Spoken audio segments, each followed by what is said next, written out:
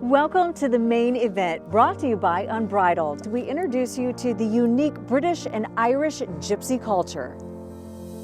So we followed Roy to a gypsy camp, and that we would later find out is called a caravan site. We went inside and we spent the day with Roy and his wife and other gypsies, and they made us tea and gave us cookies, and Roy bragged on his horse all day. His horse's name was the Log, because he was built like a log. He took us out and showed us babies the log sired. Towards the end of the day, Roy said, he's a one-off.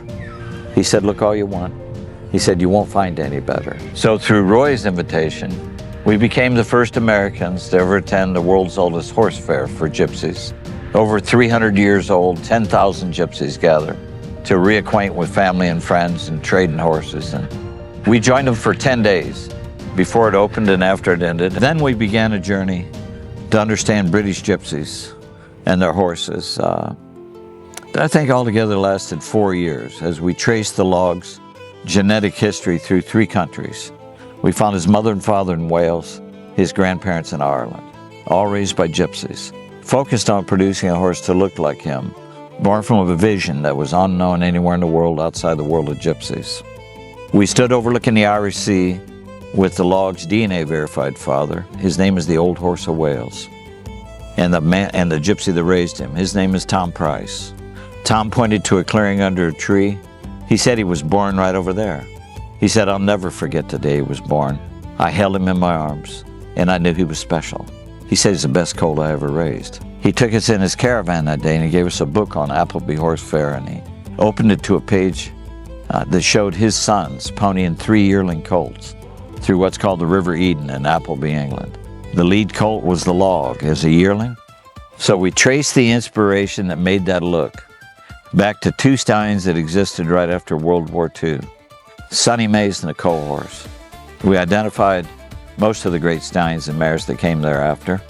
And we sat on that plane ride. It was an 8-hour flight from London to New York, and I just, all of a sudden I turned to her and I said, did we just discover a breed of horse? We assisted in naming their breed Gypsy Vanner Horse, but it's really important to understand that we did not name their breed Gypsy Vanner Horse. I mean, it was a 3-phase process.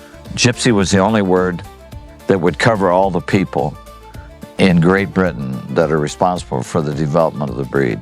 And then the last thing and most important thing is that gypsies chose the name.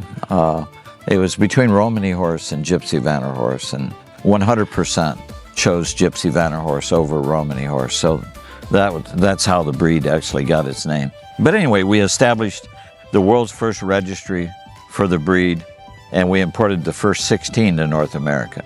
11 of the 14 mares are daughters of the best 3 stallions we ever found, and 2 are granddaughters of one of the breed's greatest stars called the Lobbeard horse.